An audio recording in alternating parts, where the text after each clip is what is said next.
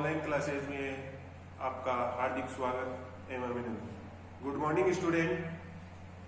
मैं चंद्रप्रकाश सोनी श्री रामगोपाल गाड़ोदिया प्राथमिक आदर्श विद्या मंदिर में इंग्लिश टीचर, आज मैं ऑनलाइन क्लासेस के माध्यम से आपको एप्लीकेशन के बारे में कुछ बताना चाहूंगा। एप्लीकेशन किस प्रकार लिखते हैं, how to write in application. How to write in application. Application होती है वो होती है इंग्लिश में किस प्रकार लिखी जाती है, कैसे लिखना है। अब कई स्टूडेंट होते हैं वो एप्लीकेशन में कुछ गलतियां करते हैं, उन गलतियों को नजरअंदाज करने के लिए मैं आपके सामने एप्लीकेशन का एक फॉर्मेट बना के दिखाना चाहूंगा। एप्लीकेशन राइट इन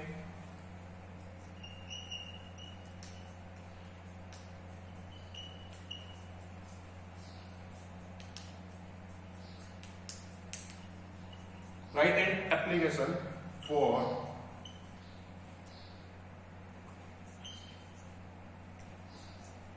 urgent work.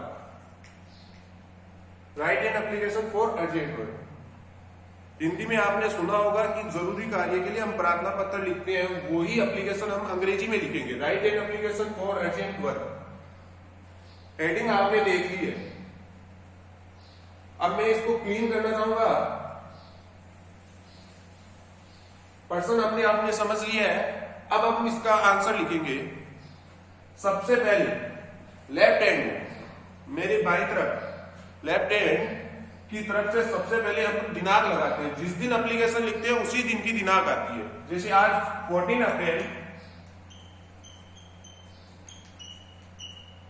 2020, 14 अप्रैल 2020। इसके बाद में आपको एक लाइन छोड़कर एप्लीकेशन किसको लिख रहे हैं, ऑफिशियल एप्लीकेशन होती है वो एकदम नए पेज से होती है। और एप्लीकेशन किसको लिख रहे हैं, एप्लीकेशन हम प्रधानाचार्य जी को लिखते हैं, हेडमास्टर को लिखते हैं, प्रिंसिपल को लिखते हैं, तो उनका नाम आना चाहिए। एक लाइन छोड़नी है यहां पे, द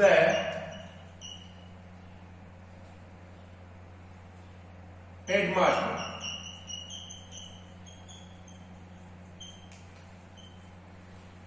जरूरी नहीं है कि आप हेडमास्टर भी लिखो, प्रिंसिपल भी लिख सकते हो। अब आप जिस स्कूल में या कॉलेज में अध्ययनरत है उसी स्कूल का नाम या कॉलेज का नाम आप द हेडमास्टर के ठीक नीचे लिखना है, लाइन छोड़ के नहीं लिखना है। अपनी स्कूल का नाम लिख दो, चाहे जैसे मैं लिख रहा हूं government senior, government secondary school. अब ये स्कूल कहां पर है, उस स्थान का नाम यानी सिटी कहां पर है, Sujangarh.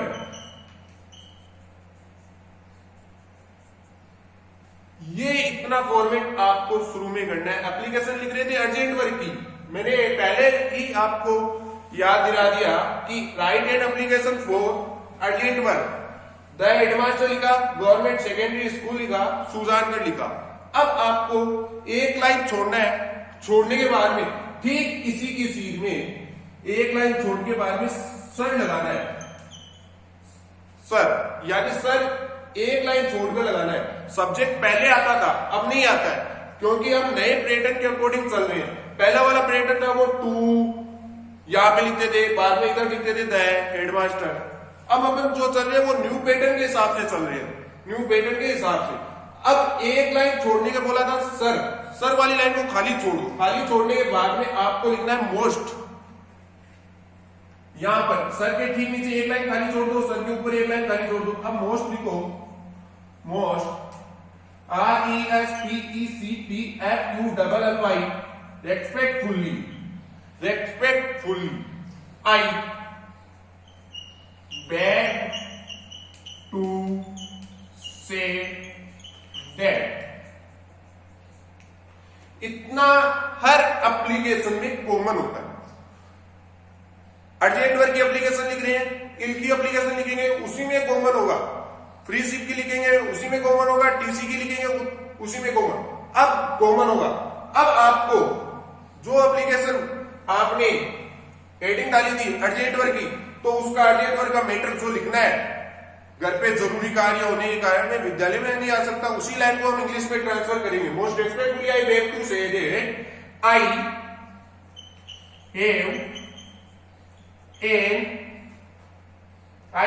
N urgent URGENT urgent work.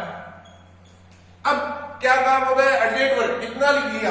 Urgent work लिखने के बाद में आपको अर्जेंट वर्क कहां पर है, जरूरी कार्य कहां पर है, जरूरी कार्य आपके घर पर है, तो लिख दो urgent work eight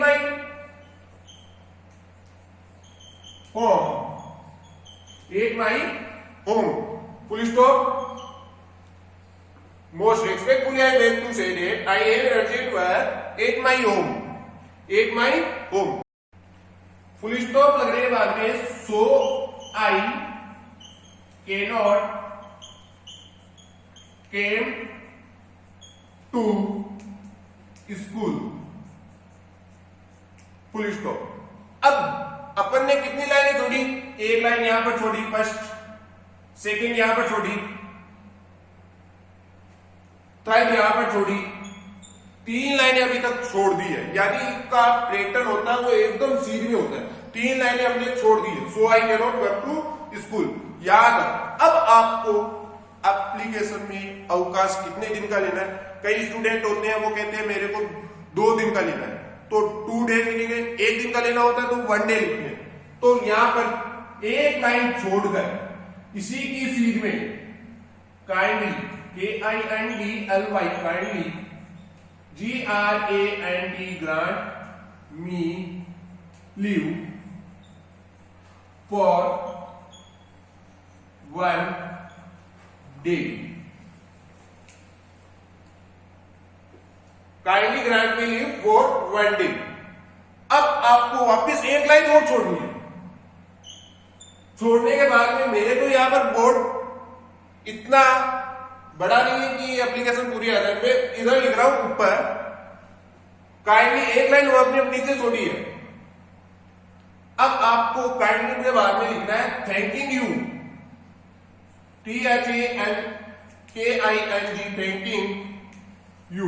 thanking you, धन्यवाद या से धन्यवाद।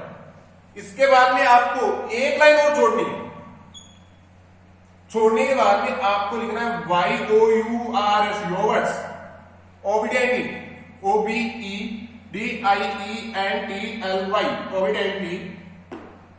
अब आपने इतना काम कर दिया, योवर्स, ओबिडेंटली। अब आपको नाम लिखना है नेम। क्या लिखना है, नेम। एप्लीकेशन मैंने लिखी है, अब आपको मैंने बताई है, तो आप अपना नाम लिखोगे। अपना नाम लिख दो, जैसे मेरा नाम राम है तो आपका भी नाम मोहन होगा, श्याम होगा। अब आप कौन सी क्लास में स्टडी करते हो, उस क्लास का नाम, क्लास। फिर ये एप्लीकेशन है urgent work. How to write an application for urgent work. अब एक बार वापिस फिर से सुनना। 14 April 2020 the headmaster government secondary school Sujangarh. पहली बार ऊपर डेट, बाद में ये तीनों फॉर्मेट किसको लिखनी है, हेडमास्टर को, प्रिंसिपल, स्कूल का नाम जिस स्कूल में अध्ययन है, सुजानगढ़, जिस शहर में आप बिलोंग करते हो। सर, पहले सब्जेक्ट आता था, इससे पहले आप पूछोगे अच्छा कि आपने सब्जेक्ट क्यों नहीं लिखा, पहले आता था अब नहीं आता है। सर, सर के बाद में एक लाइन छोड़ो, most respectfully I beg to say that. इतना हर एप्लीकेशन, यानी कोई सी भी एप्लीकेशन ले लो, उसमें कॉमन होता है आई हैव एन अर्जेंट वर्क। जो लाइन बदलनी होती है वो यहां से बदल दी जाती है। आई have an urgent work at my home, घर पर कार्य है। अगर आप कहते हैं मेरे घर पे कार्य नहीं है, मेरे दुकान पर कार्य है, तो शॉप लिख दो। ऑफिस पर है तो ऑफिस लिख दो, होम को हटाकर। So I can not come to school, kindly grant me leave for 1 day. अगर आपको 2 दिन का अवकाश देता तो 1 डे की जगह आप लिख दो TWO2, और यहां पर डे की जगह आ जाता DAYS, डेज। जैसा कि मैंने पहले बताया कि मेरे यहां पर जगह नहीं है, मैंने ऊपर लिखा है, बाद में एक लाइन छोड़ना है, छोड़ने के बाद में थैंकिंग यू के बाद में एक लाइन छोड़ोगे, छोड़ने के बाद में योवर्स ओबीडिएंटली नेम आपकी का नाम, जैसे मैंने लिखा राम क्लास 5th, कौन सी में राम कौन सी में क्लास में अध्ययन करता था, 5th में। ये थी आज का एप्लीकेशन। नेक्स्ट वीडियो में इसी के साथ मैं चंद्र प्रकाश सोनी